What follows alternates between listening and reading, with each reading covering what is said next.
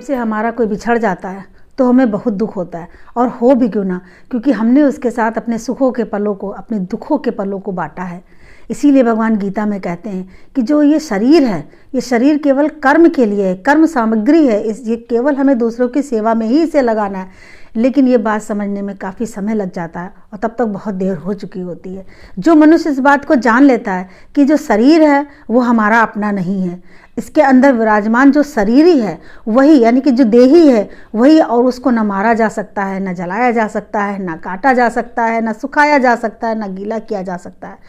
तो ऐसे इस आत्मा को, इस शरीरी को जब अवध्य है, जिसको नहीं काटा जा सकता है, नहीं किया जा सकता, वो केवल उसी तरीके से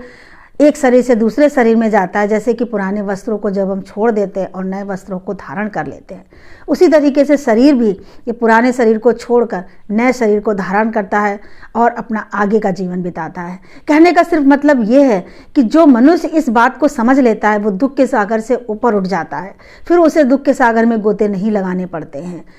कहा भी जाता है, और भगवान ने श्री कृष्ण ने अर्जुन को समझाते हुए कहा है कि जैसे जब उसने युद्ध करने के लिए मना कर दिया था तो उन्होंने कहा कि तू जिन्हें मारना की बात करता है या जिनको सोचता है कि ये हमारे द्वारा मारे जाएंगे, वो तेरे द्वारा कुछ भी नहीं होगा, क्योंकि तू तो केवल एक निमित्त मात्र है। तू केवल अपना कर्म कर और कर्म करने में ही तेरा भला है और कर्म करना।